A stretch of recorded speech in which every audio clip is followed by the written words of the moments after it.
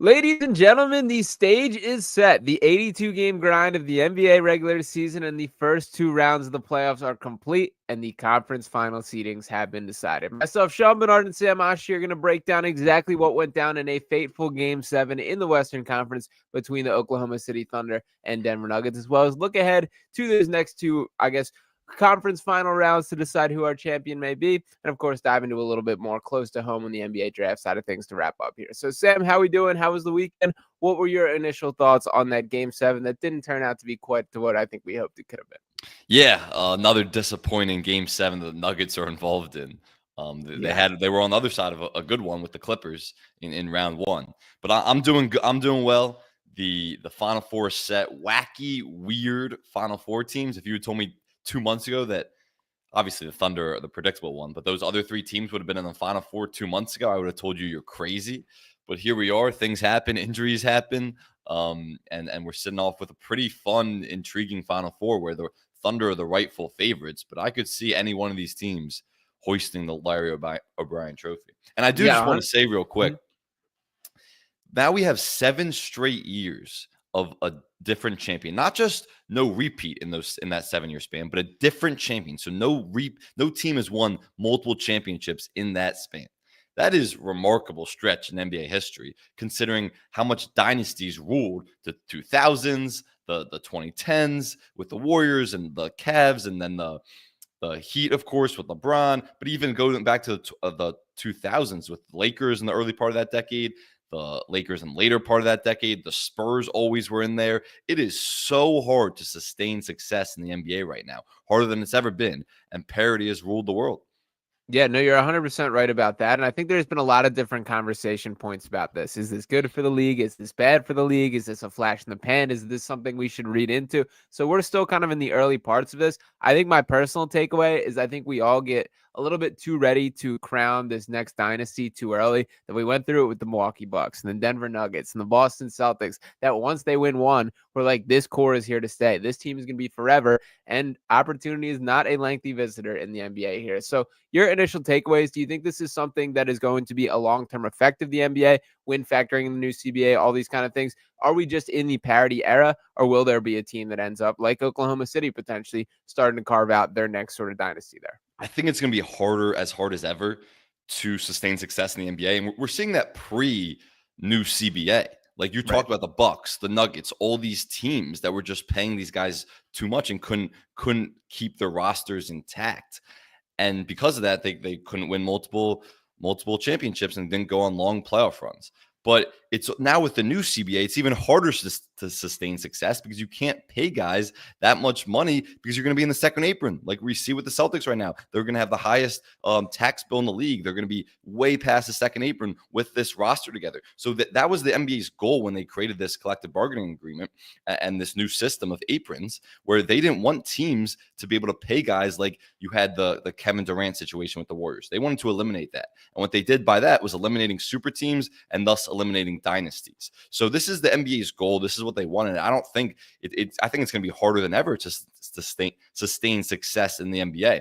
The Thunder are a unique situation because they're so young and they have so much draft capital where they can continue replenish with some young talent. So theoretically, if they win this year, you would expect that they should be a dynastic candidate. But it's going to be hard for all these teams because guys go on runs. Role players step up throughout. If you have a team that went on a finals run, that means role players stepped up in that finals run. What happens next when they enter free agency either that year, or maybe their contract is one more year, they're going to get paid. And those teams can't pay them because they're already probably paying superstars. So it's as harder as ever to keep teams intact. And there's the talent across the league is just so dispersed. So I think you're going to continue to see this trend of repeat champions aren't a thing anymore. Yeah, and it is those role players where things tend to fall apart. That it's the Bruce Browns, the Kentavious Caldwell-Popes, the Derek Whites. Those style of players is kind of like that.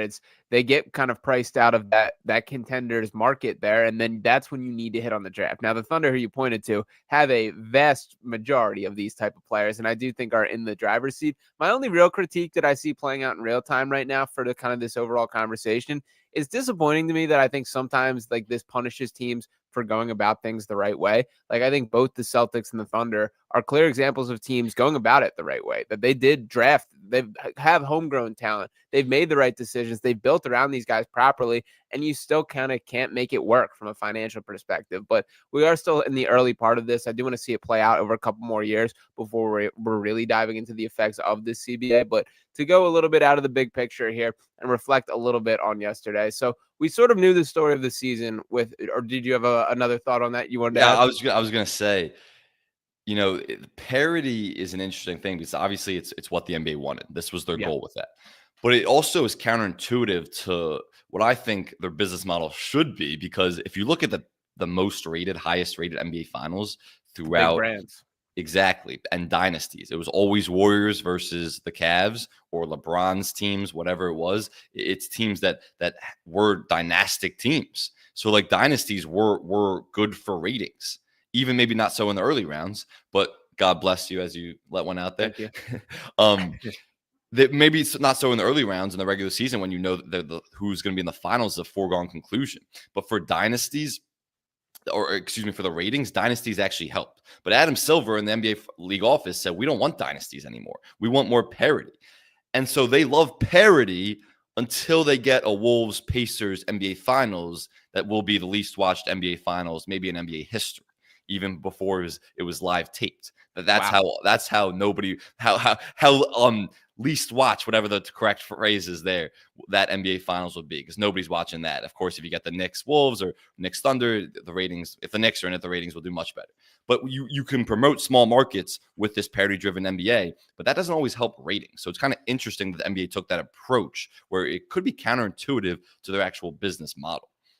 Yeah, I guess my only argument there is I think now so than ever is personalities sell the league, and a guy like Anthony Edwards is a guy that certainly plays and appeals to the vast majority here. And like we'll see how it all plays out there, but I do think like if Anthony Edwards is in the NBA Finals, I do think people are going to be locked into that. But we'll see how it plays out.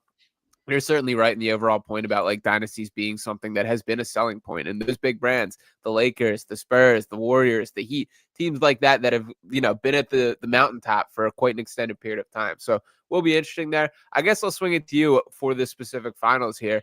Of these four teams, which do you feel is the most disrespected here? The Thunder really the only team that has been regarded as a true contender all season. The Timberwolves, I think, are a team that has been far more disrespected than they deserve. Really never thrown into that category. After getting to the conference finals just last year, the New York Knicks, we've talked plenty about, but certainly a team that plays like they have a chip on their shoulder. And the Indiana Pacers, same kind of story as the Timberwolves to me, that they were in this exact spot last year, ran things back, have played good basketball all year. Which of these four potential finals contenders have been the most disrespected? You're going to laugh at my answer, but my answer is the Knicks. I think the Knicks have been the most disrespected team. And look, the Wolves haven't really played anyone to get where they are. So I kind of get why people are discounting them. And they also are playing the best team in the league, who's been the best team in the league all season. So like we'll talk about this series, and I think the Wolves definitely have a chance. But I kind of get the disrespect towards the Wolves. You're right about the Pacers. They're also been disrespected. Yeah. And I've talked about how much they've benefited from injuries and injury luck over the last two playoff runs, but they've also been disrespected. Nobody believed in this Knicks team entering the playoffs. Nobody. Like including Knicks fans, I might add, by the way. Absolutely including Knicks fans. If you told them in the conference finals, they would have thought you were crazy, even the most loyal diehard ones. But if you go back to that Pistons series, the Pistons were one of the most popular teams in terms of bet percentages and handle percentages to win that series, win any first round series. More money and bets were on the Pistons than the Knicks. You go to the next series, the Celtics were the most bet team of any second round matchup to win their series. And now you look at the betting splits between the Pacers and the Knicks. The Pacers have 80% of the bets, as I've checked this morning over on certain books. 80% of the bets. Nobody believes this Knicks team still. And we'll talk about maybe why, some reasoning behind that. But it's just this Knicks team has continued to be disrespected. And I think they have a very good chance to make the finals.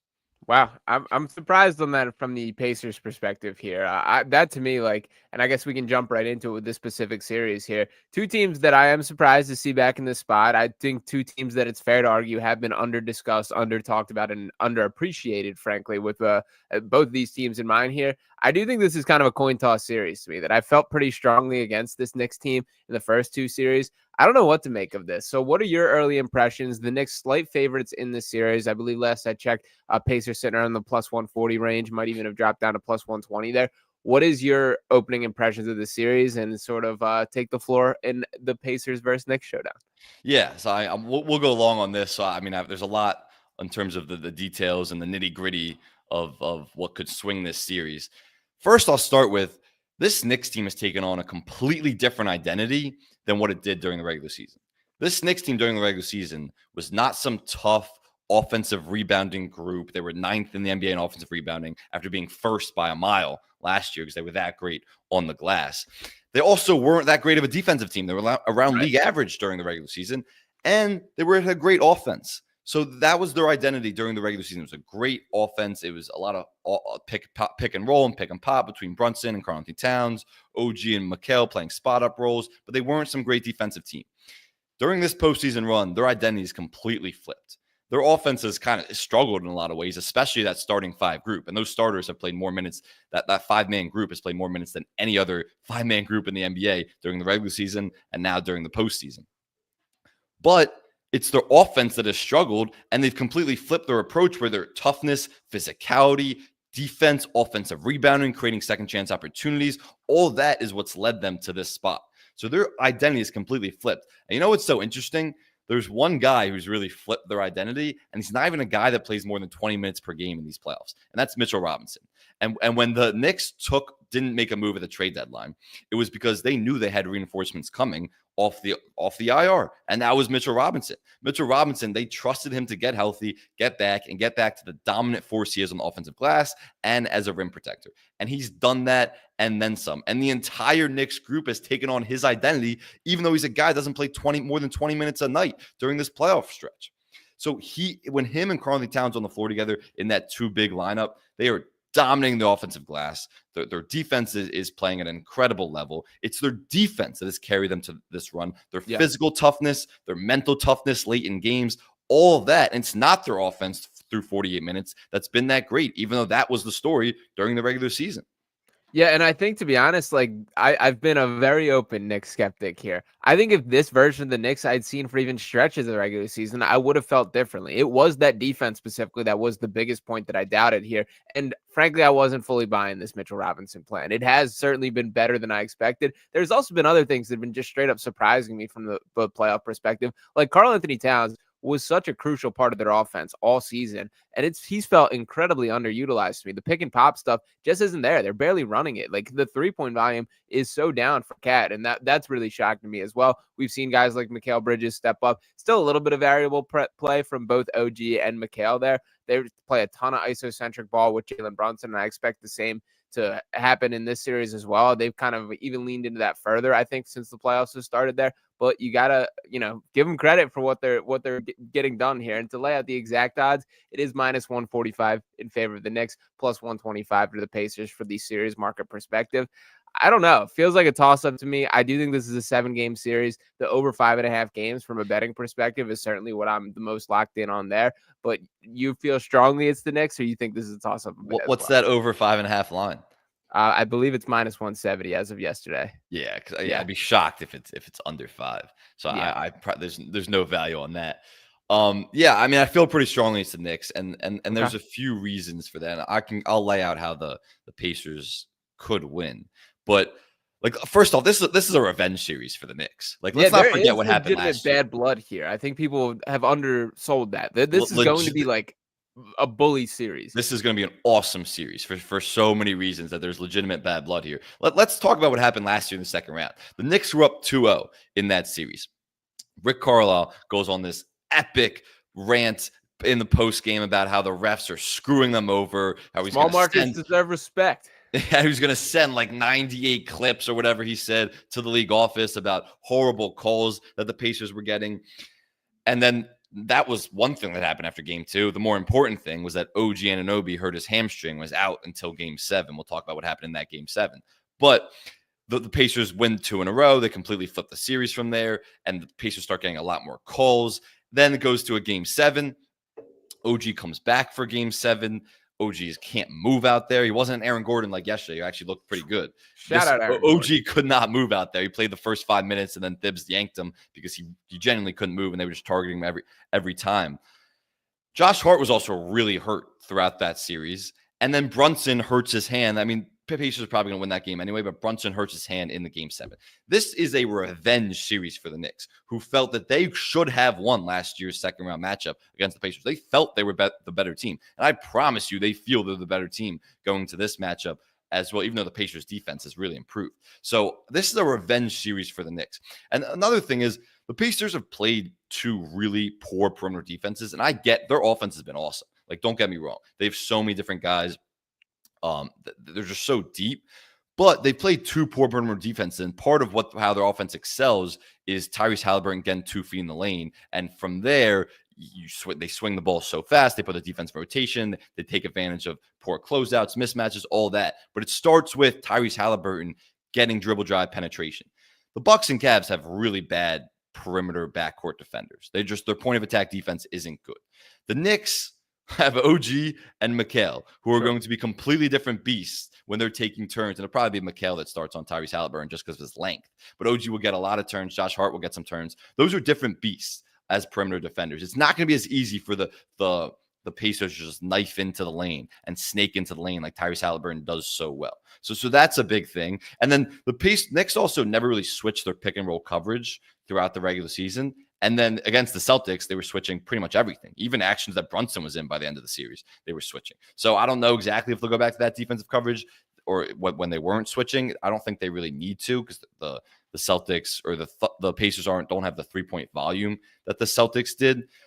And then the last thing is the Pacers can't get out in transition as much. Like this Pacers team, what they do is so well is they play fast. They play super fast, like to push the ball, and they dominate points in transition. They can't do that against the Knicks because of the offensive rebounding battle. Like the Knicks dominate the offensive rebounding battle, especially when Mitchell Robinson is in the game.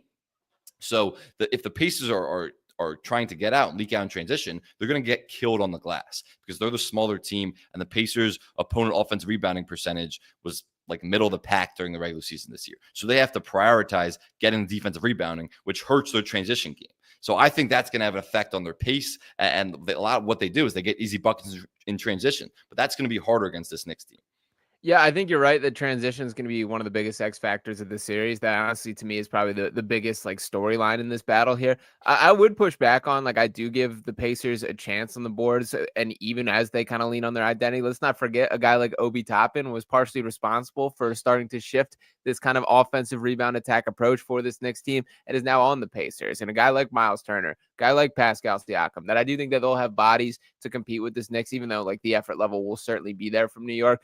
That's going to be exciting to me. I also think like depth is really the story of this series, and we're not gonna just do the thing where injuries will decide the series because we've seen it in plenty of examples in these playoffs. But if the Knicks have one of their key guys go down, I do think it's likely over for them. The Pacers, quite the contrary. That they have bodies after bodies that they can throw out there, and I'm valuing that more than I ever have before from a playoff perspective. I think my general mindset has been you just look at a team's top 7, maybe top 8 from a playoff perspective. I don't really feel that way after watching this playoff series. That I think that matters more so than ever when you do have these new lines and new guys and sort of insurance policies on your team. And that's exactly what Indiana does. That any one of these guys on any given night can step up and be that co-star, third-tier star here. And New York, the game script has to go exactly according to plan for them. So we'll see what ultimately happens there. I also want to add Rick Carlisle getting thrown out of one of those games last year when he did go on one of his tangents. Yeah, he did. So there was some pretty legendary stuff. I think there will be straight up smoke in the series. And I do think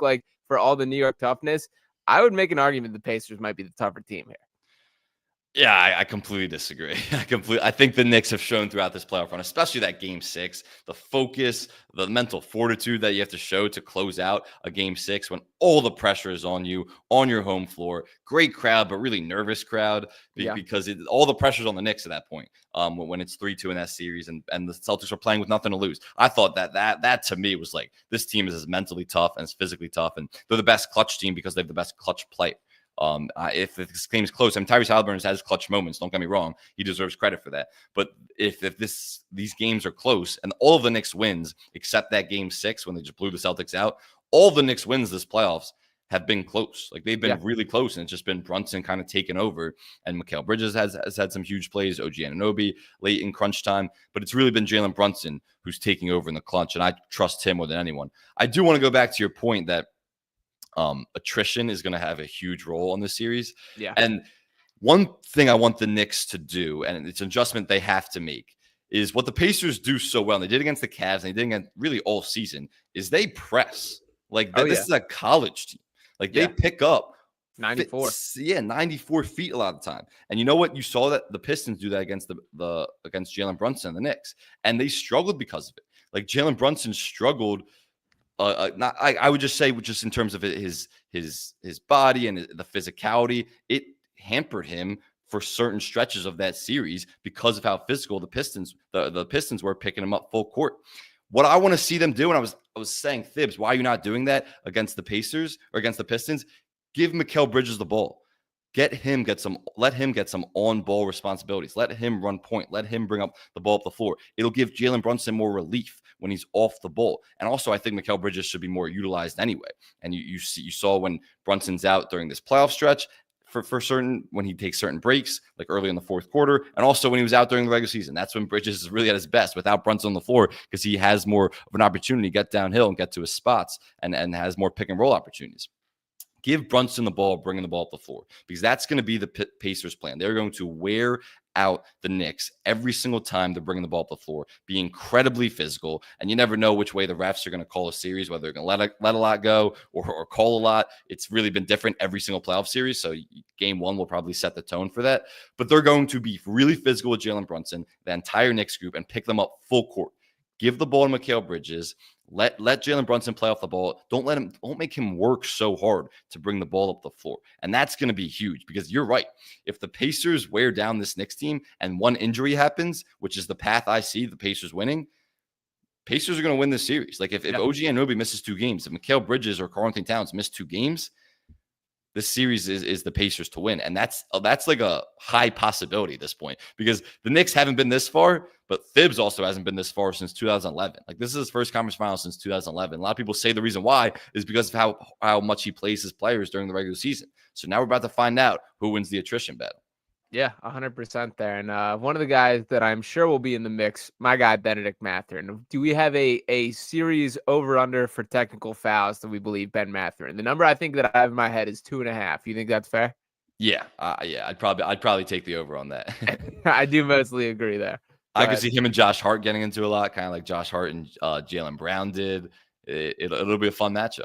Yeah, 100% there. So very excited for that one. Let's shift gears and move over to the West a little bit before we dive into the full preview of the Timberwolves and Nuggets there. Just want to take a couple minutes on yesterday.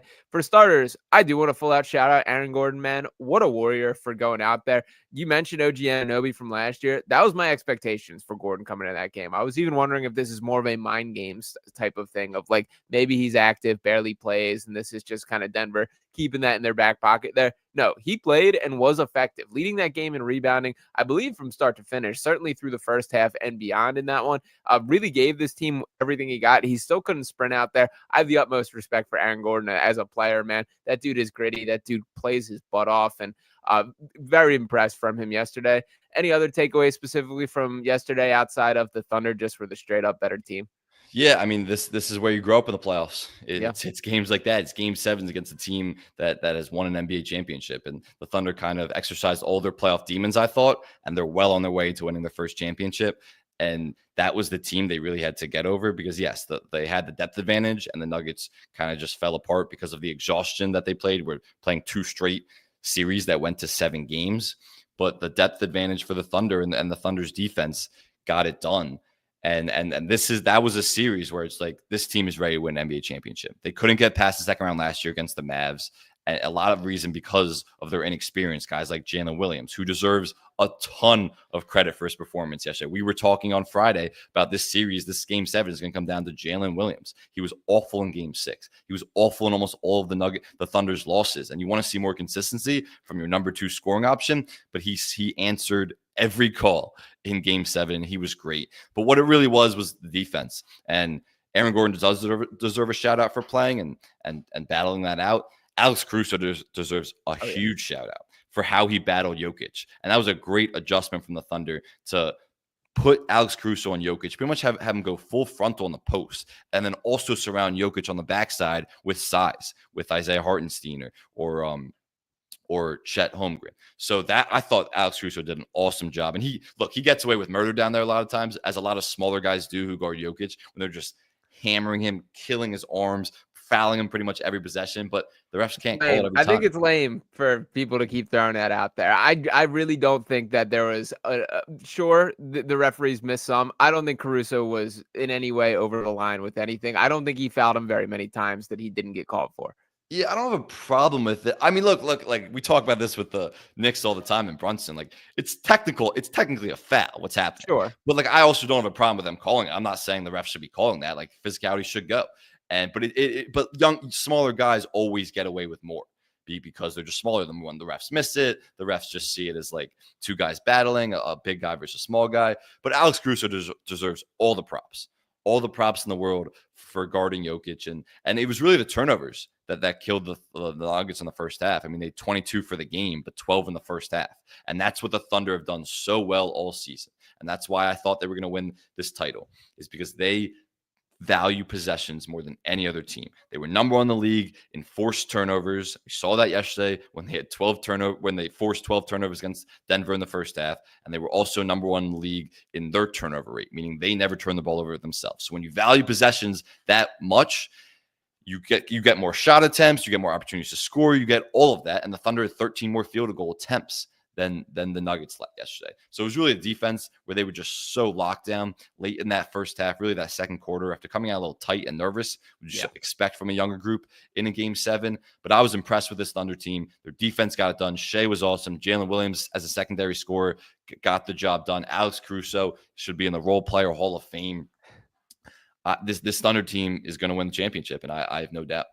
Wow, I love the confidence there. And just kind of reflect on yesterday a little more. I think we knew going into this series, this was a case of the better team versus the best player here. And I think we kind of saw the war of attrition as things played out, with Aaron Gordon picking up injury, with Michael Porter Jr. playing through whatever he is dealing with in his shoulder, which my guess is something very significant that we'll find out pretty soon on. But like when you looked at some of the spacing in that game, Jokic is the only guy the Thunder were worried about. That was the second lowest usage rate that he had produced in his 94 playoff games, just because they couldn't get him the ball because of Caruso, the way that he battled there. That is a really intriguing adjustment. And I think it's a little bit similar. This isn't like a super unique thing that has been thrown in Jokic's direction. We've seen even here in Philadelphia that like PJ Tucker was a guy that's the way that he guarded him, with a little bit of coverage behind him. But that to me is probably the best way, and I think teams should lean on that more often. Was really impressed with a grown-up victory by the Thunder. The defense was the story for sure, and that sort of late run in the late second quarter, closing into halftime, I think it was a 16-0 run,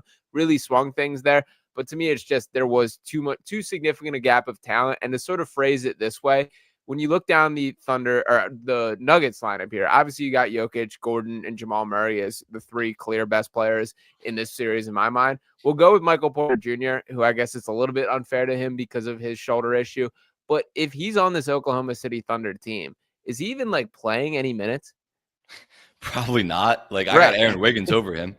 Yeah, I think Aaron Wiggins is better. Mason Wallace, Lou Dort, like especially defensively, because like you have to be locked in defensively to play for this Thunder team, because they really just do play on on a string defensively. And Michael Porter Jr. is a negative defender, especially off the ball. He's constantly lost, constantly just getting cut back door, and it's like, oh, where's my man? Oh, he's back there, because he's the guy's just lost defensively. And that was a criticism of him coming into the league, and he certainly improved, but he's still not there defensively. And so, yeah, you can't really play on this Thunder team unless you're a good defender. And every player they play is a plus defender. And they actually, depth was the story throughout this series, but the Thunder actually trimmed their rotation until they got up by a huge lead. Like there was no Jalen Williams, who guarded the second Jalen Williams, who guarded Jokic a ton this series. And was good. 100%. But when you have Alex Caruso doing that good of a job, and he was full frontal, and then their backline help was good, you didn't need him. And then also no Isaiah Joe, who played sporadic minutes for most of these games. So they really went to an 8-man rotation, even though they are like 10, 11 deep. And so it really just came down to the secondary players. Like their whole plan was to get rid of Jokic and make everyone else beat you. And you know what Jamal Murray did? He just had a bad game 7. He's usually a pretty good clutch game 7 performer throughout his playoff resume. He was 1 for 8 from 3, 6 for 16 from the field for 13 points. He just wasn't good enough. We talked about Michael Porter Jr. He was awful all series. Russell Westbrook was awful for most of the series. I actually thought Christian Brown had a pretty good series overall and pretty good playoff run. I'm pretty excited about his future.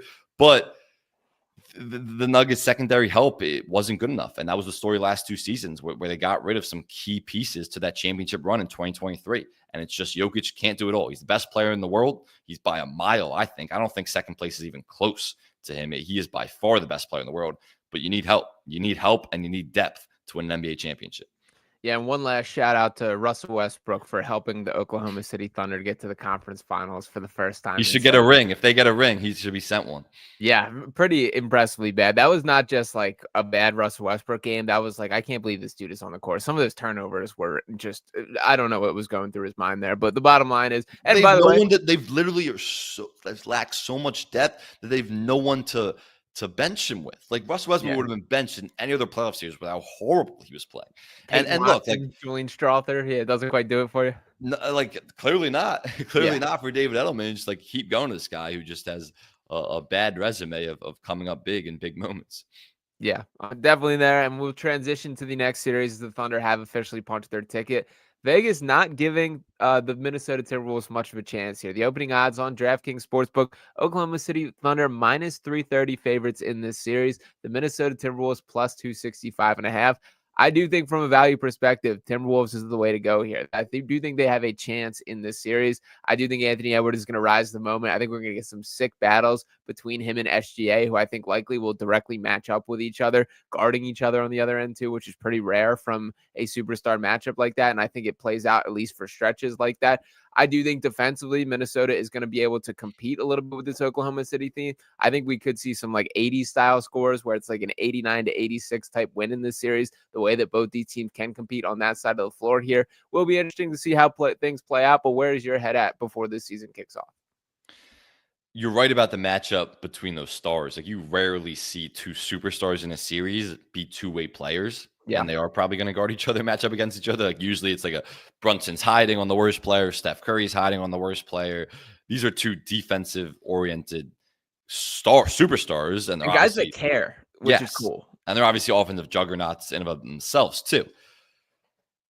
I get the line. I do think the Wolves have a chance. I think they definitely have a chance, but I get the line. Like the Wolves' advantage throughout the last 2 rounds has been their size. They don't have that against Isaiah Hartenstein and a Chet Holmgren front court. And then you could throw Jalen Williams and even all those guys like Lou Dort, Cason Wallace, Jalen Williams. All those guys play bigger than they are. They're all like big, versatile wing guard type guys. So I don't see it for the Wolves. Also, the other part is the Wolves' half-court offense has really struggled. Like even going back to that Lakers series, they weren't generating half-court offense at a good level at all. A lot of it was from Lakers turnovers and then in transition. And then going back to last series, the Warriors have been the best defense in the league since they traded for Jimmy Butler. But still, guess we're just testing a fire alarm in the middle of my podcast. They have no respect. This apartment has no respect for our podcast right now. Whatever, I'll keep going. I'm probably gonna have a fire alarm in the middle of this, but I guess I'll just mute myself and you can take over. Where was I here? So the Warriors had the best defense since then. Yeah, the Warriors have the best defense in the league since no warning about the fire alarm. What's up with that? No warning. Email, usually if they're gonna test the fire alarm, you send an email out before, like, all right, we're gonna test the fire alarm, and then we're gonna do that. Take it over. So yeah, Sam battles. I can't even imagine how maddening that sound is in his apartment there. But to keep it on the series a little bit, I will talk through the Thunder and Timberwolves a little bit more. I mean, OKC, the biggest advantage that they've had thus far in this playoffs, I would say has been depth there, that there is obviously in each of these games. The Thunder specifically was particularly glaring there. I do think Minnesota is deeper than either of their opponents thus far, that we will see with this Thunder team, that there are with this Timberwolves team, there are guys like Naz Reid that can have their games where they take over. Jaden McDaniels, who I think has been particularly excellent this year. And I do think Anthony Edwards really does have that team kind of cooking in the right direction. You can say what you want about Ant off the field, but from a basketball leadership perspective, I do think he does everything the right way in terms of firing up his guys, riding for his overall dudes there. And it looks like Sam is good here, so we're going to pop him back into the stage. We're clear of the fire alarm. They did one little beep and they said they're good. All right, I didn't even mean to leave it. I meant to just mute myself. But well, I think we're good to go. So Yeah.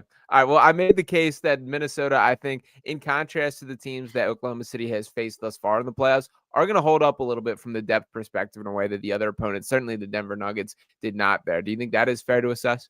yeah, definitely, definitely. I think depth is to their advantage. But to finish my point about the Warriors have the best defense, but Mhm. the Wolves struggled to generate offense in the half court, and a lot what they did was they threw two guys at Anthony Edwards, and Julius Randle was a really good decision maker. He had an awesome series, and he was Awesome good out of playoffs. 4-on-3, but the Thunder are the best defense in the league. Like they have been all season, and they were so good at rotating out of 3-on-3. So if they throwing two guys to Anthony Edwards and trying to limit him, I don't know if Julius Randle and Jaden McDaniels and all those Wolves guys who are going to have to take advantage of those situations are going to be able to play make and score like they did against the Warriors and the Lakers, because the Thunder's defense and just how they rotate defensively and recover, it's so impressive watching the Thunder's defense, and they force turnovers like we talked about earlier. So from that, just strictly the defense perspective, it's going to be a struggle for the Wolves to score. And I think you're right. It's going to be a lot of rock fights. But in terms of defense and just size, like the Wolves, the Thunder can completely mitigate the Wolves' size advantage. So I think this Thunder team is going to win. But I think it's closer than people think. I think Thunder in maybe 6. Yeah, I think it's at least a 6-game series. I could definitely see this going 7 as well. Another guy I wanted to ask about who's probably one of the most controversial playoff players in history. How does Rudy Gobert fare in this series here, do you think? Yeah, it's interesting because he won't be played off the floor because the Thunder rarely go small. Yeah. Like they'll always have Isaiah Hartenstein or even a Chet Holmgren in. And look, like he's going to have Chet Holmgren's a guy who can make threes. He hasn't done Yeah. it at a great rate this playoffs, but he's this guy that shoots and can make threes. So he's going to have to guard on the perimeter to an extent. But I think he'll have success against someone like Chet, who's not some dynamic, athletic wing who can just take him off the dribble. Like a lot of these teams where they go small and just put Rudy Gobert in pick and roll action, you get him out there. So I don't think Rudy Gobert is going to have a great series because he's going to have a size advantage. Like last series, they were playing Draymond at the 5 most of the time. Against the Lakers, they were playing Rui Hachimura, LeBron James at the 5 most of the time. That is a massive size advantage for Rudy Gobert. So I don't think he's going to have some huge impact on the boards, in terms of points, in terms of any of that. But I also don't think he's going to get played off the floor. Yeah, that's fair there. And Oklahoma City, I do like when they play the 5 out with Chet, the 5, where you do space the floor, allow Shea to attack. I think that they should probably lean into that pretty heavily in the series in the same regard that it does force Rudy out to the perimeter and all the other factors. But will be interesting to see how the chess match unfolds there. Me and Sam are going to be breaking things down all week for each of these games here. I did want to bring it a little bit back to Philadelphia and more specifically to the NBA draft before we wrap up here. So over the weekend. Should we give our official prediction? I don't know if I gave my Knicks prediction. Okay, we'll What lock in. was your official predictions for the playoffs for each round? Official predictions in the Eastern Conference, I'm going Indiana Pacers in 7. And in the Western Conference, Minnesota Timberwolves in 6. Wow. So you're going with the upset. That's right. I'm taking both of them. Wow. All right. I guess I'm going soft here. I'm going with the 2 favorites. All right. So then who do you have winning the finals? Finals, I think it might be Minnesota's year. I'm really kind of talked myself into, like, for all these conversations we've had about disrespect and all these things, Minnesota is a team that has gotten pretty close to the mountaintop, that were in the conference finals last year. And I think we all wrote them off after the Karl Anthony Towns trade.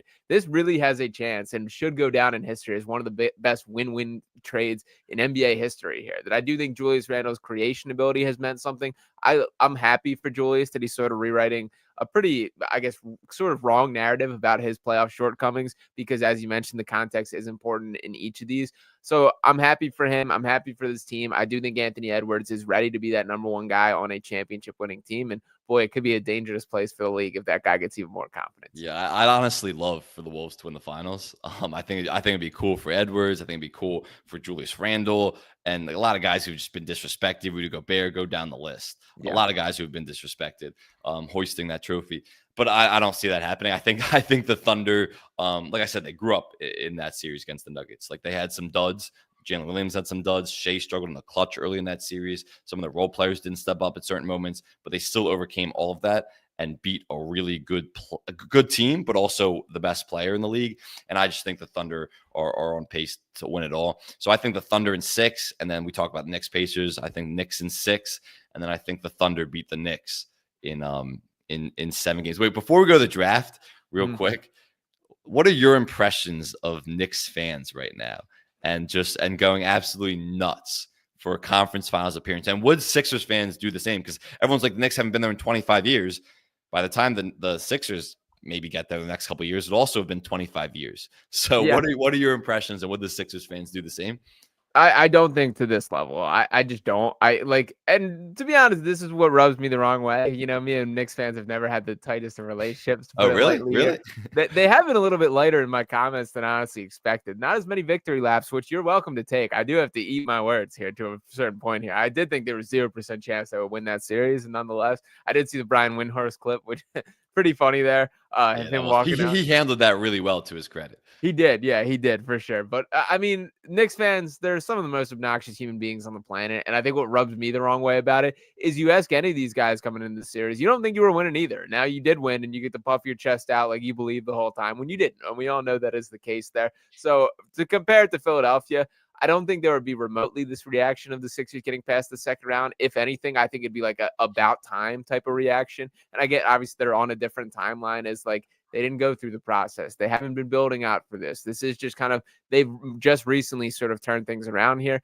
But I mean, I've never seen conference finals or making it to conference finals be viewed as a measure of success until Joel Embiid has existed. I just don't think that was really a thing here. So whatever, take your victory lap. You guys have earned it. I hope the Pacers do clean house and send this team packing. We'll see what happens from here. But yeah, I don't think Sixers fans will react this way. I do think it's so super overreactionary from Knicks fans, but not surprising at this point in the game. See, as Eagles fans, I'm usually always like, all right, like we celebrate once we actually win something. Like wait for us to win the Super Bowl, and then let's go out on the streets. Like let's act like we've been here before. And that's always been my approach as an Eagles fan. And I'm usually like that, like, all right, like you guys are going crazy over this. But for Knicks fans, I kind of like love it because you can't say act like you've been here before because they literally haven't been here before. True. In this century. It's a loser organization, man. It is. Well, until recently, until Leon Rose came around, but it was for decades for sure. And so it's like they haven't been here before. So act like you haven't been there before. And those fans are legitimate lunatics. Like you could say other fan base are more passionate, and that might be true. No ball. There's no other. What's that? I said, and other fan bases, no ball more for sure. Yeah. There's no fan base, I don't think, any sport that has more collective lunatics than the Knicks. Those guys are absolutely nuts. So when I see them going crazy, I'm like, go nuts. Like that I actually love it for some reason. But the other thing is, like, of course, there's always going to be the select few that go too far. We know that because Philly's labeled this scumbag city with a lot of the scumbag fans. But if Philly fans were seen throwing trash bags at a guy for wearing the opposing team jersey, can you imagine the national reaction? I mean, I sent you and a bunch of other people that clip. Everyone saw it, but there wasn't a huge outrage over that clip. If the Philly fans were doing that, throwing trash bags at another guy, it'd be ridiculous. So there's always, but that's not a referendum on the entire fan base. There's always a couple guys that go too far. Yeah, no, you're absolutely right about that. The reception, if that was Philadelphia, you're spot on about. I do want to ask you about Knicks fans when you talk about the collective lunatics. I guess my issue with it, I feel it's more performative than actually in support of their team. That I think that, like, if you want to compare this to Philly, like, you pull the random dude off the street, that they are all in and can, like, kind of talk to you about the actual team in a way that, like, I just don't think is the case for most of these guys. There are absolutely real deal Knicks fans out there. Don't get me wrong, that there is certainly that group, but like as a whole, the dancing in the street, the shutting down 7th Avenue, all that kind of stuff, it feels performative to me. You're right to an extent, but I don't think that's the majority of the fan base. I think there's a few people who want content and aren't real Knicks fans. And those people are out there. Like, even after they lost, I think there was people in the streets in that Game 5 loss to the Celtics. There's people in the streets doing a bunch of bananas stuff. Those people are performative, and they don't actually care about the Knicks' success. Those people just want the content out of it. I think the majority of the fan base, and I know a lot of Knicks fans, they are genuine Knicks fans who have been starving for this for a long time, who were in there for the Frank years. I don't even want to try to pronounce his last name like Steph Curry did, but the Frank years, and a lot of other guys who they believed those guys were going to be the answer. That Kristaps Porzingis was the unicorn that was going to turn them around, and they were in the mud, going to games, watching every single game when they were winning 20 to 30 games a year. And those guys have been starving for this. And that's a large segment of the fan base, like any fan base. So there are annoying people because it's New York. Like a lot of these people just want their videos, want their content, want their clips out there and aren't real fans. But a lot of them are genuine fans. And those are the ones celebrating. Yeah, for those who lived through the Ron Baker years in New York, you can go down the list of all those. I enjoy the moment. You guys have earned it. You deserve it there.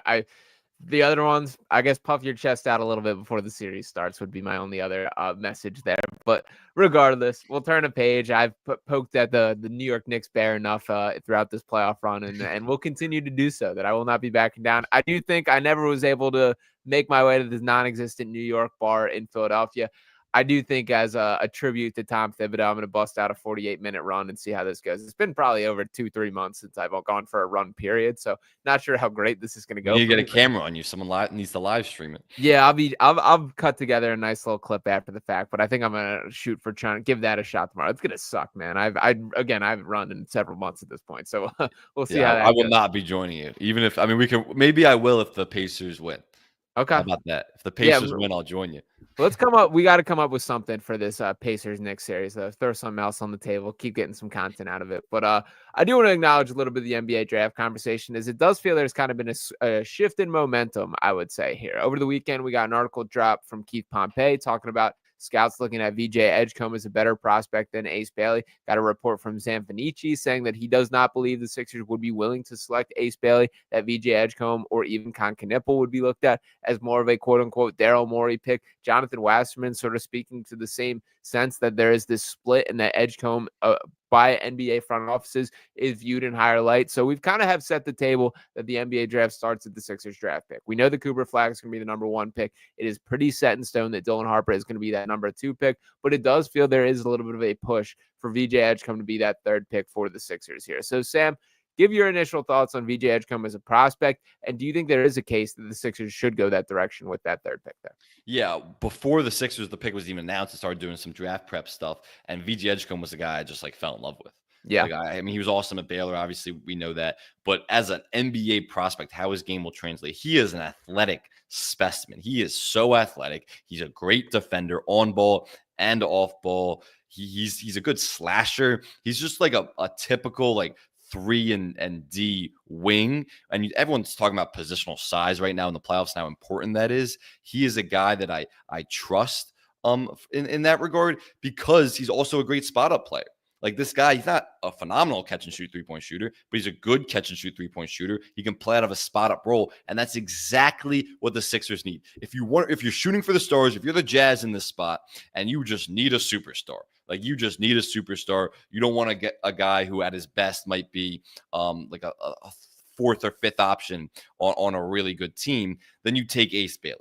The Sixers are not shooting for a superstar right now, because Ace Bailey's ceiling is obviously as high as anyone other than Dylan Harper and Cooper Flag.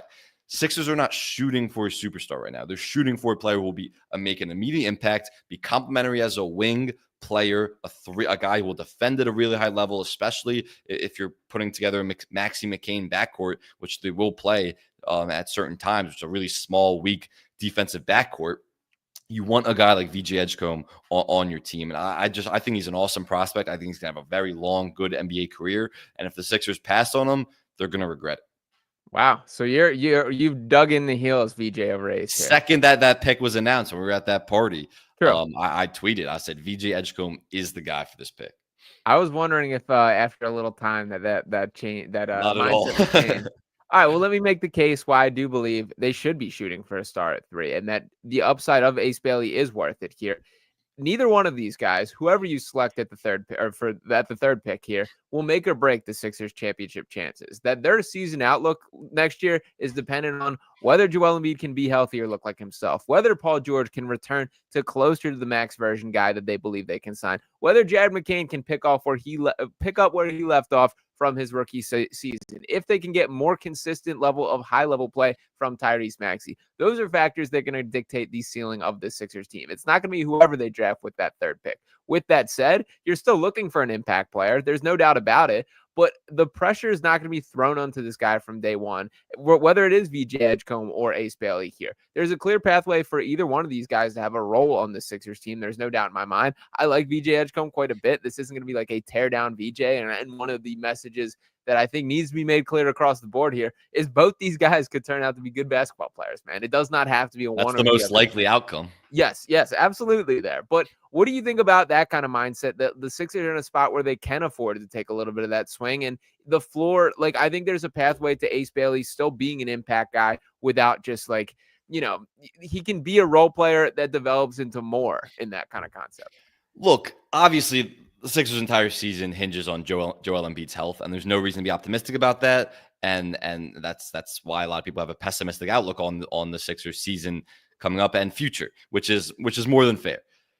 But let's say, and of course Paul George too, who is back to podcasting if you haven't heard, and I think while Gilly and Wallow are the only ones who can actually speak truth to power, where I don't know if you saw the clip, but they just told Paul George straight up, like, we need more from you. Like, you got to give more effort, all that. Like, I gave you a pass last season. We need more. And he was like, and Paul George admitted, I didn't live up to my end of the bargain. So we'll see if that's all talk or not. But let's say Joel Embiid and Paul George are like healthy and they are one of the contending teams in the East, a wide open East next year. I mean, as open as the East will ever be next season, between the Cavs, Pacers, Knicks, and you should probably throw the Sixers in there too. Let's say those guys are healthy. VJ Edgecombe or whoever they slot in there could, I'm not make or break the season, but they will have a huge role in an important playoff series. And if they perform at a high level and are capable of making an immediate impact, that could be what has the Sixers go over the top and make a NBA Finals appearance. If they draft a guy who is not even playable in a playoff series and their depth, and we're talking about depth this entire show and this entire playoffs, how important depth is for these teams. If they have a guy who won't help them and can't even be in the rotation right now because he doesn't fit, then that's going to hurt their chances. So I'm not saying VJ Edgecombe or this draft pick is going to make or break this season, but I think you have a really small window right now to compete, assuming Embiid's health, and you have to take a guy who will make an immediate impact, who also can have long-term success, because you're really taking this two-timeline approach right now, where it's like you have this small window if Embiid's healthy, but you also have a bunch of guys who are going to be here for the extended future and who are talented prospects. And so if VJ Edgecombe, I think, fits that two-timeline approach more than an Ace Bailey does. Interesting. I just think like Ace, I think for starters, like the best developmental path for Ace specifically as a prospect here is kind of the Sixers situation, where like there will be a specific defined role for him at the start and you can kind of scale up and move from there. Let me ask you, there will be a specific defined role for him, but why would a tough shot maker, a guy who takes awful shots and he can hit a lot of them, but just horrible contested twos, why would that guy fit in, or why would that be a good developmental project for the Sixers right now? Number one, his defense does not get enough respect whatsoever. No, he's a good defender for sure. Like, I think there's a world where his like kind of baseline role is guarding the top perimeter option on opposing teams, whether that's him or Paul George doing this. We'll see what Paul George has left in the tank, which, by the way, even for all the criticism, he still was a very good defender last year. So like I'm optimistic about that from Ace from a starting point there.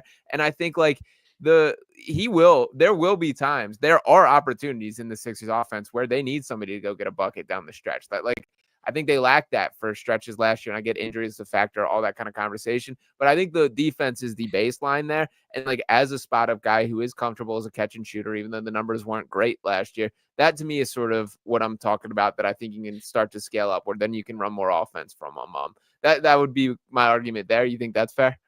Yeah, no, I think that's fair. I just think there's some guys who have come in the league where it's like they should be theoretically good catch and shoot players and good off the catch, but they always make it more difficult. Like, they turn down good shots to make it a more difficult shot. And I've seen that a lot in Ace Bailey's tape, and I could see that actually extending into his NBA career. And that just doesn't fly in the NBA, especially in a system that the Sixers have. Where they need like a Paul George was a perfect fit theoretically, but before last season, because of how great of a spot up player was, how you could take the load off him, he could play off the ball. He's a great decision maker throughout his career in a spot up role, whether that's catch and shoot, whether that's immediately just ripping and going to the rim, making plays out of that. Ace Bailey like turns down good shots to make them more difficult shots constantly, and I just don't see a role for that in the Sixers offense. Maybe on the Hornets, Maybe on the Jazz, as you're developing a player and you're trying to get that out of your shot diet. A team like the Sixers, I just don't see it. But I certainly agree with your point about defense. I mean, he's definitely a plus defender, and they could use someone like that for sure, especially for the foreseeable future as they pair Maxey and McCain together in the backcourt. Right. But VJ Edgecombe is also a really good defender. Can VJ Edgecombe share the court with Maxey and McCain, do you think? Like he's smaller, so it's tough. It depends on matchups. Like, do I want that in a playoff series? Those three guys as your 1, 2, and 3? Probably not. But I think he certainly can play the 2 when it's Maxey or McCain. One of those guys are on the bench. So to me, the guy that like his job really comes into question here, if we're having the big picture conversation, is Quentin Grimes. That like we've had this guy penciled in as a restricted free agent. Daryl Morey's been pretty open on speaking about his desire and expectation that he'll be back in Philadelphia next year. I think there's where the overlapping skill sets come in between VJ Edgecombe and Grimes. So I'll start with this. Like, is that a concerning starting point for you? Or at your point in this game, is it just bring in the talent and figure it out from there? Or is this something that you kind of think that factors into the decision? You have to go with the better player, of course, but you also have to go with a more manageable contract, especially with the Sixers cap situation right now. And Quentin Grimes is a restricted free agent, but he's also going to command a decent amount of money on the market. Not crazy money, but like a decent amount of money, not what a rookie deal would be. So I think that's something you have to take into account, where I would rather have VJ Edgecombe. I mean, when you look at the lineup, like, I think we're forgetting about Kelly Oubre and Sure. Guerschon Yabusele, who they've always wanted to pair at the 4 with Embiid. Like, what is this Which looks starting unlikely lineup? that he's back, I will note. It looks like it's going to be tough. You said it's unlikely? Financially, it's going to be tough. What if they move on from Grimes? So the Grimes deal, like where you're at from an asset standpoint, because he's a restricted free agent, they can financially match basically whatever's thrown his way. And from a cap perspective, you can pull it off. There's still the aprons you got to get into. But if you don't match there, you let him walk for nothing, and it doesn't honestly clear that much space. It's more kind of like here's the argument I'll make, or a theoretical that I'll throw out here.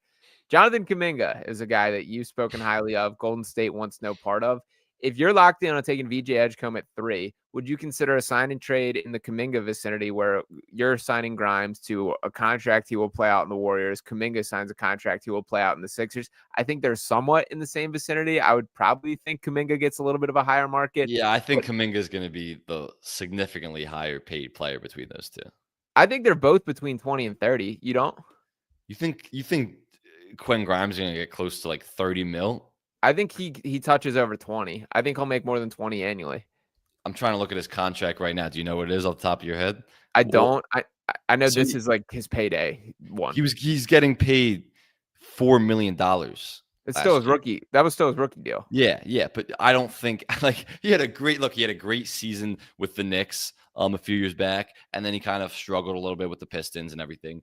And then he comes to the Sixers and has a great stretch with the Sixers in a role that he'll never play ever again his entire life, like a very unique situation. I don't know if he's getting over $20 million. Like I'm not paying Quentin Grimes over $20 million. Like a guy who's just making $4 million, who has a role, like he's a winning player for sure. But you have Kelly Oubre, you have Paul George, you're gonna have this draft pick. Where does you have McCain and Maxey? Where does Quentin Grimes really fit in? So yeah, I would love it, Jonathan Kuminga to come over. I just don't think that matches up because Kuminga is gonna get paid so much, in my opinion, so much more money than Quentin Grimes. It's interesting. I think they're close there. I don't know. Like, I'll use a comparison here. What do you think Quentin Grimes is somewhat in the vicinity of a Jaden McDaniels? I think Jaden McDaniels is way better defender. Like He is. better. And he's developed into a really good spot up player. I think Jaden McDaniels is definitely better. Like Jaden McDaniels, I guess my point being, Jaden McDaniels signed a 5-year, $131 million contract. He's gonna be making $25 million next year. I think that type of range is sort of where Grimes falls in. This is just a theoretical. There's no legs to this. This is me making this up off the top of my head here. But like that's something that I think is worth having a conversation on. Yeah, I can see Grimes being within the 16 to 20 million range more likely. But like theoretically, the Kuminga thing sounds great. Like I would love to do that if I was the Sixers, if that can match up. But again, like you're taking on way more, in my opinion, what will be way more salary than Grimes. But I also I don't have a problem moving on with Grimes because of what I just laid out with it, with who they have at guard and wing positions, especially with the draft pick coming through. Like, would you be upset if they let Grimes walk for nothing? Kinda, to be honest. I would. I'll start with, like, I don't think they would have made that trade without the intentions of re-signing him. I think Grimes, like, lived up to I agree, everything. but I also don't think they were thinking about having the third pick in the draft. Like, that changes the equation. Yeah, I mean, if it was Cooper Flag, it'd make the decision a whole lot Yeah, easier here. So I think that was definitely. the real hope there. But I from an asset standpoint, it's definitely a bad decision to let him walk or not maximizing your assets that you have cashed in to bring him here. I do think he brought something, and I do think, like, as like a third guard when you're speaking about like a Maxey, McCain, and Grimes, and I even think if VJ Edgecombe's the guy, like, I would rather bring all these guys in and then sort of sort it out from there. That, like, there's even a world where the Maxey McCain backcourt just doesn't work. They're too small, can't hold up defensively. But I have to see it. I feel the same Yeah. way with, like, the Grimes and Edgecombe conversation. Let's give it a chance. Let's take the best player if that's what you think the decision is, and then sort that out down the line. Nick Nurse will definitely try it. I would like Yeah. to see Maxey come off the bench, honestly. I think he'd be like a perfect Wow. bench spark guy. That's a hot take. But Maxey and McCain, well, is it like what does the starting lineup look like for you You next year? saying Maxey off the bench? No, my fault. McCain off the Okay. bench. Okay. Yeah, All right. I can walk with you a definitely little not bit more. Maxey off the bench. Yeah. I was gonna say, McCain off all-star the guard. bench as a bench spark, and he's a guy that you saw last year. He can have these scoring outbursts in like 3 to 4 minutes, which is an awesome bench spark that you want. Like, he could be a 6-man of the year candidate if he's coming off the bench next year. So what does the starting lineup really look like? Like, we know PG, Embiid, Maxey, and like I would still throw Oubre in there for sure. So who's that fourth spot? I do think it comes down to Grimes or McCain for that 2 guard, and I see a pretty. Even if you're drafting Ace Bailey, you're really gonna have him come off the bench. I think I would walk with, in this situation, like, my starting lineup would probably be Maxey, Grimes, Paul George, Bailey, and Embiid as my starting 5 there. And then you're talking about a McCain and Oubre as your 6th and 7th man is pretty strong. That is definitely strong. I'm still a Oubre fan. I think people kind of like forget about Me him and too. slept on him. And obviously last year was just a wash because of it wasn't playing a normal role. But 2 years ago he was awesome. And I think when he's playing alongside Maxey and Embiid, and theoretically Paul George too should help him, I think Oubre can be a really good player. So I wouldn't put him on the bench. But yeah, there's going to be tough lineup decisions for sure. Yeah, and I mean, Bailey's got to earn it too. Like, we'll see Yeah. how things play out and that kind of thing. I did want to hit on your Oubre point though. I even gained more respect for Kelly last year, of like a guy that just treated every single game like a professional, that Yeah. buckled up, competed on both ends, and it was a tough situation to be doing that there. So I think we forget some of the little, like, dunker spot chemistry that he had with Joel when they were sharing the floor regularly. Defensively, he's reached a level that I didn't think was possible when he first signed with Philadelphia. So Kelly Oubre is definitely a guy that the fan base, I think, has soured on way more than should be the case here, and he's been pretty open on wanting to be back, depending on what that dollar figure is. He does have the option there, so we'll see how it plays out. But yeah, I'm with you that I think Kelly Oubre can absolutely be a winning part of this Sixers team when it gets back on track. Yeah, I think Kelly Oubre is a winning player, and his length really, even the playoffs, like his length really bothered Brunson Yeah. in that first year. So he's definitely a plus defender, and he's a good shooter. And you're right about that dunker spot, because those few games that we saw at that full lineup actually come together with that, just the lineup that we all anticipated with Oubre and Paul George and Embiid and Maxey. Their spacing was incredible, and Oubre playing in the dunker spot, he's so athletic. So Yes. like a lot of those, like Embiid's become a pretty good short roll playmaker, and a lot of those dump offs or out oops were to Oubre in that dunker spot, and he's a great athlete, so he goes up and gets it. So yeah, I'd love to see Oubre back as well. But like, we're going to continue to talk about this, but I just think VJ Edgecombe is the guy that will help you win now more. And I'm not, like, the more I look into it, I don't want to be an Ace Bailey hater. I don't want Mark to come after me. Mostly the reason why, but it's just, the more I watch him, it's more just like, these shots are not shots that you can make in the NBA. And he's a good driver. He really does remind me of Harden every time he drives to the rim. Just the way his elbow movement, how he extends his elbows, how Does a good job his of that. change of pace, all of that. It's impressive. But he doesn't get to the free throw line as much as I would have liked, at least last season. and he might develop that more in the NBA. But just so many of the shots he takes, like these mid-range shots that are just like, forget if they're mid-range or threes. I'm not worried about that as much. It's more just they're contested and they're bad shots, and he's turning down good shots to make them poor shots. And it's just like these shots do not exist in the NBA. You watch a million NBA games, no good team has that shot in their profile. They just don't. Like even Kevin Durant, has he's still a guy that can do that, but that's been eliminated from his game more now than it was 5 years ago. So I don't see how he's going to fit. Yeah, I mean, there's definitely some indefensible shot selection stuff. There's no way around that when having the Ace Bailey conversation. The last thing that I'll say on like Ace, and I'm still holding my spot on Ace Island at this current point in time. I do like VJ Edgecombe a lot as well. It's not, is it an island? Because it's a full island. You guys got to get a bigger island. It's like a lot of Ace people out there. We got an angry mob at the edge of our island. I'll say that. But there's definitely this is like a really contentious. I don't know why this. Maybe it's we're too online, but this topic has become so contentious. Like either he's going to be a good player or he's not. Like it's not. There's people that'll say he's Kevin Durant, and there's people that say he's not even an NBA player. He's the most polarizing prospect I can honestly remember. Yeah, but I will say there are a lot of people I trust too that like have him not even a top 10 prospect. Which matters to me. I mean, people like Jonathan Givony, like I think he can get it back up, which I do like Givony's opinion and respect there, talking about like how much he wants it. Like I'll say this, from my impression of Ace Bailey, I sort of entered the season or midway through with that same kind of like, I hate the shot selection. I don't know. It's on a Rutgers team. He's not winning all these things. When I did go up and watch him in person, what stood out to me the most about that game was how hard the kid played. And there is like a legitimate motor on him and a guy that cares. If you have the frame that he has with the skills that he has with a legitimate motor in him, which I do believe that he does have, that he does want to win, he does care, I can take a bet on that kid. And that's just kind of where I end up landing in every part of this conversation when it comes to Ace Bailey. Yeah. We will see. It's going to play out over the next month with more rumors than ever. As Maury, I don't think the pick will be traded. I'm pretty sure. At least he could be traded back. I don't think it'll be traded for like a win now player, like a vet win now player who's been in the league for a few years. I'm pretty confident about that at this point. Yeah, they shouldn't. To me, like I can see the case and understand moving down. Like if the Jazz or Hornets are really wanting Ace Bailey and you can kind of pick up something from it, I certainly see the logic of it there. So we'll see how things play out. But ultimately, the Sixers absolutely have to walk away with like a high impact rookie. That to me is like a clear cut goal of has to be the conclusion of this draft here. Wait, Mark proposed a trade on Twitter. Let me pull it up as we wrap up here. That I was like, absolutely. The Lauri Markkanen one? Yes, the Lauri Markkanen. Yeah, so just to set it here, it's yes. Would you trade Paul George, the 3rd pick, an unprotected future Clippers pick, for Lauri Markkanen and the 5th pick? That is a 1,000% yes for me if I'm the Sixers. Lauri Markkanen in of himself is a massive upgrade over Paul George, not just for right now, but for the future. And I have to look at his contract exactly. But I'm still Lauri Markkanen had a bad year last year. But that was just a disastrous Jazz situation. I'm a huge Lauri Markkanen fan. I would love that. And you can take a win now ready player.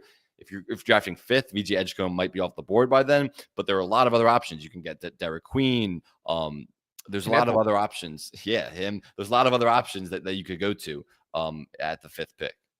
Yeah, I would do that trade. I guess my only like concern with it is why would the Jazz like if you really they would never do that. They would never do that. Right. That's like that's the tough part about making these mock trades is it does take two sides to both agree to them. And I don't see a world where Utah would be jumping for joy to take on Paul George's contract at this point in this game, especially as they head into another rebuilding season next year coming up there. So yeah, Lauri does have a hefty contract is what I believe those eyebrows were reacting to on that. Yeah, but that's exactly what it was. A massive contract. He's going to get over $50 million by the 2028 season. Wow. That is a lot. That is a lot for Lauri Markkanen, I will say. Paul George on a crazy contract too, which is kind of how you would make that salary match work. Yeah, very true there. But we'll see what ultimately happens. Any final words on the draft or the NBA playoffs before we sign off here? I don't think so. Knicks in 6, Thunder in 6, and this will be an exciting NBA Finals. Yeah, let's go Pacers, baby. So we'll see how things shape out from here. But me and Sam are going to be all over breaking things down here on Fox Sports The Gambler. Appreciate you guys for tuning in. Make sure you keep it locked on the dial as we have plenty more coming on the other side. And back talk with you next time. Peace.